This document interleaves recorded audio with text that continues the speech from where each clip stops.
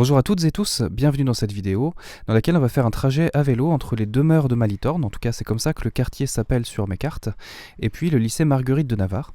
Si vous êtes lycéen, lycéenne ou personnel enseignant ou administratif de ce lycée, voir comment vous pourriez, si vous habitez dans ce quartier des demeures de Malitorne ou en tout cas dans les environs, voir comment ça pourrait se passer si vous vouliez y aller à vélo. Donc ici on démarre dans un quartier résidentiel qui est au croisement de l'allée de la Genetière, pardon, et puis l'allée du Vieux Moulin, je crois, c'est ça. On était à ce croisement, et puis on va tourner à gauche dans l'allée de la Tour.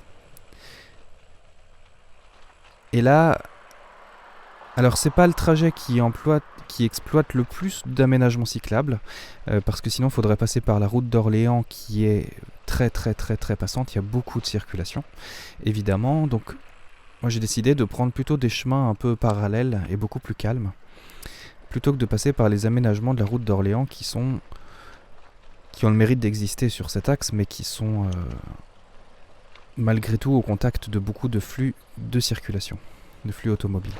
Donc là vous avez vu, on avait des petits aménagements cyclables très courts. Ici on en a un autre qui arrive, mais en fait il s'arrête à chaque fois. Dès qu'il y a une intersection, ça s'arrête de manière un petit peu discrète. On est retéléporté sur la route. Vous pourriez ici tourner à droite et puis rejoindre les parkings successifs que vous avez pour traverser par le passage piéton. C'est une possibilité en descendant de votre vélo. Là, moi, je décide de prendre le rond-point, même si évidemment, il faut faire un peu attention parce que il y a de la circulation. C'est un gros rond-point à 2 voies.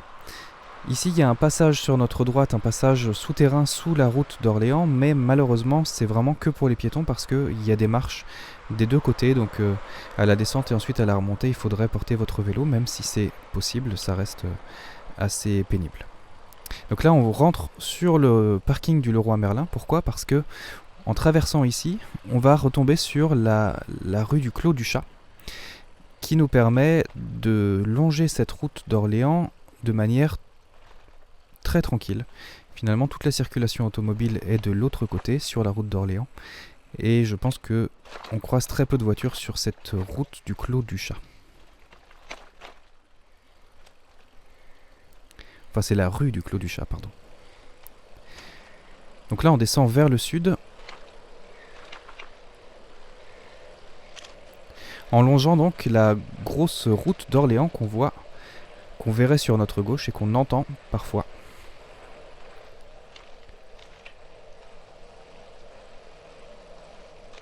Donc là, dans cette rue du Clos du Chat, il n'y a pas d'aménagement cyclable du tout. Il y en aura d'ailleurs assez peu sur cet itinéraire, vous allez le voir. On sera sur 32% d'aménagement.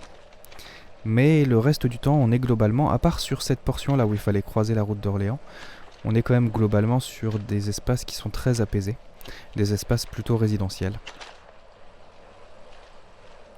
Donc on descend toute cette rue et on va arriver ici à un croisement.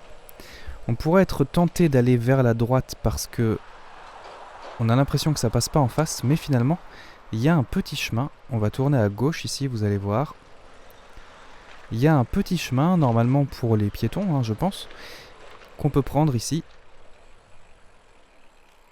en sautant le trottoir.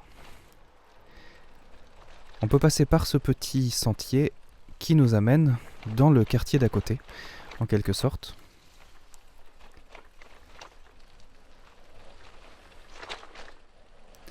Si j'ai la bonne information, c'est la rue du lotissement Mabillot.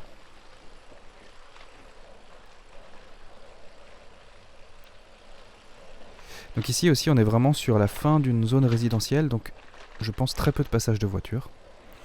En tout cas, à chaque fois que je passe par là, j'ai pas grand monde. Et ça nous permet d'aller à peu près à notre rythme. Donc ici, on tourne à droite dans l'avenue Pasteur. Bon, l'idée, c'est globalement, de toute façon, de descendre vers le sud d'une manière ou d'une autre. Il n'y a pas vraiment de... Tout est à peu près équivalent, je dirais. Pour descendre vers le sud, et puis passer in fine la voie ferrée.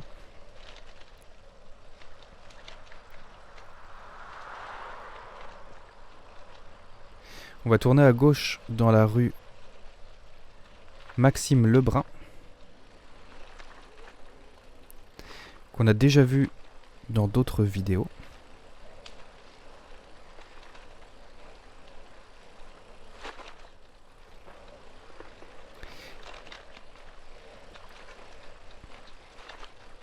Et on va continuer toute cette rue Maxime Lebrun jusqu'au bout.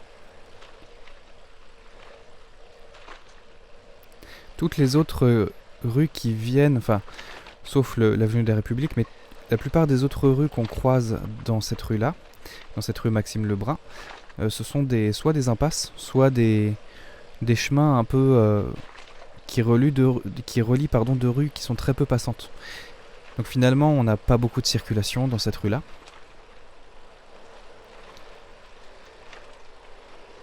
Et donc c'est assez calme pour rouler, c'est presque comme si on était en site propre. On va croiser l'avenue de la République bientôt.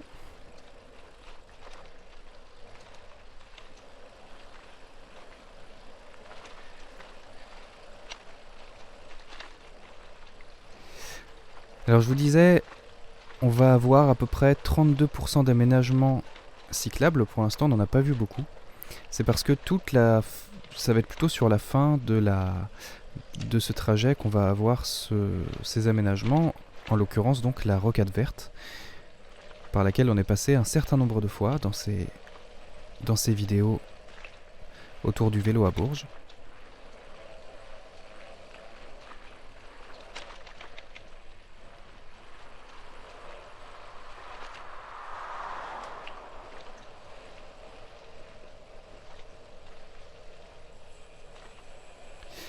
Donc ici on va devoir tourner à droite à un moment donné. Et là j'ai décidé de prendre la dernière à droite. Mais les deux sont très bien.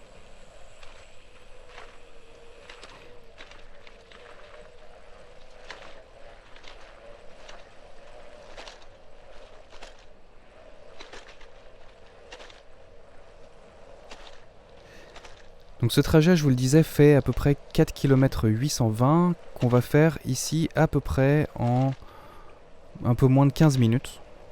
Donc ça fait une moyenne au total de à peu près presque 20 km/h. Donc c'est l'allure que vous auriez si vous avez un vélo à assistance électrique globalement, ou si vous avez donc un vélo musculaire et que vous voulez rouler tranquillement. Alors, on va en profiter pour passer par ce nouvel aménagement ici qui est tout neuf. Donc là, ça nous permet de prendre cette rue qui était en sens unique et on va rejoindre une sorte de voie douce, mais qui est minuscule. Vous allez voir ça, elle s'arrête vraiment très très vite. Elle rejoint la voie ferrée, enfin presque la voie ferrée. Et puis ça s'arrête d'un coup, donc on est finalement abandonné ici par la voie douce, en pleine nature, on ne sait pas trop où aller, donc plutôt que d'écraser le piéton devant moi, j'ai décidé de me reporter sur la route. Et là ça nous permet de traverser donc la voie ferrée. C'est vraiment encore le point noir en fait de la circulation à vélo, c'est le passage de cette voie ferrée, qui est ici avec ce croisement, et puis évidemment il y a l'autopont qui amène vers Saint-Doulchard, qui est un no man's land un peu pour les vélos. Et puis sinon, il faut remonter jusqu'à la gare de Bourges pour pouvoir repasser les rails. Donc il reste à espérer qu'on aura bientôt des aménagements qui seront un petit peu plus développés à ce niveau à Saint-Doulchard, parce que de ce côté-là, ça manque énormément. Un passage apaisé de cette voie de chemin de fer. Donc ici on va tourner à droite. Alors dans toute cette rue qu'on vient de prendre, vous auriez pu tout à fait passer, enfin je sais qu'il y a beaucoup de gens qui passent sur le trottoir à vélo, sur le trottoir qui est un sentier et qui finalement il n'y a pas beaucoup de piétons, donc c'est pas non plus extrêmement dérangeant. Disons que personnellement j'aime pas trop faire ça, rouler sur les trottoirs. Sauf si j'ai vraiment pas le choix. Mais globalement, j'estime que les routes doivent être partagées et que du coup j'ai le droit en tant que cycliste de rouler sur la route. D'autant plus quand le fait de rouler sur le trottoir est en sens inverse de la circulation, ce qui fait qu'on est encore plus gêné pour retourner ensuite sur la route. Parce qu'il faut sortir du trottoir tout en étant en sens inverse de la circulation. Donc ça fait beaucoup de voies à traverser pour pouvoir retourner ensuite sur la route. Donc ici on est donc sur la rocade verte et nous sommes en fin février. Donc on va bientôt réavoir un peu de végétation au niveau des arbres.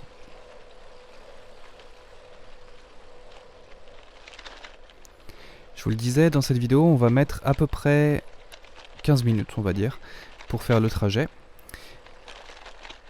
Et globalement, on va mettre entre 14 et 16 minutes pour faire le trajet à vélo, quel que soit le temps et l'état de la circulation. En voiture, on mettrait à peu près de 8 à 12 minutes selon l'heure, la journée, etc. En moyenne, c'est, d'après Google, à peu près entre 8 et 12 minutes pour faire ce trajet. En bus, on met entre 37 et 45 minutes. Et puis à pied, évidemment, là, on approche presque une heure de trajet. Donc là encore, la différence de temps passé dans ce transport entre la voiture et le vélo n'est pas si énorme que ça, puisqu'on passe de 8 à 12 minutes, et ça peut donc être 14, 15 ou 16 minutes à vélo. En tout cas dans ce sens-là. Dans l'autre sens, ça monte un petit peu plus, donc évidemment, on ira un petit peu moins vite.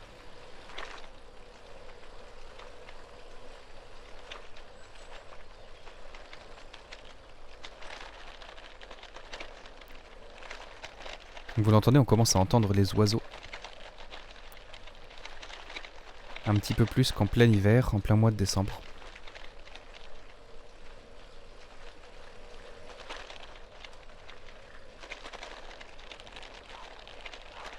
C'est toujours agréable à vélo de voir l'approche du printemps.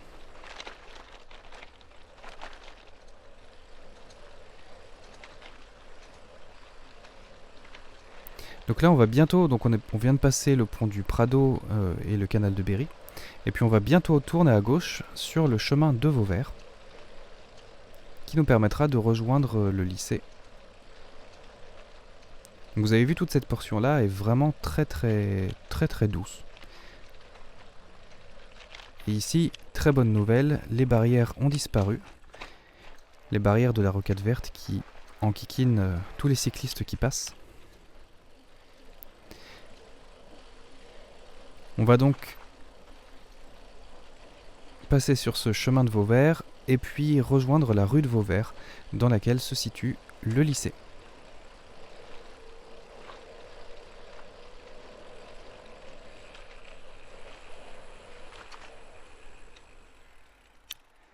Et vous allez voir, on est d'ailleurs à une heure de sortie de cours pour certains élèves. Et donc vous voyez qu'il n'y a pas une circulation monstrueuse sur notre trajet.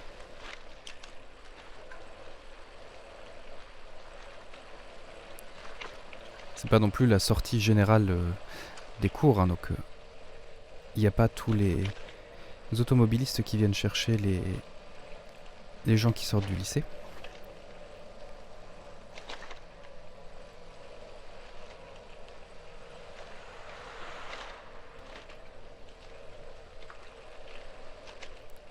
Mais globalement, vous le voyez, le trajet s'est fait vraiment sans encombre. En particulier, on a vu finalement assez peu de voitures, parce qu'on a évité la route d'Orléans, qu'on est passé par des petites rues résidentielles, etc. Et donc nous voici arrivés à Bonport, à l'entrée du lycée Marguerite de Navarre.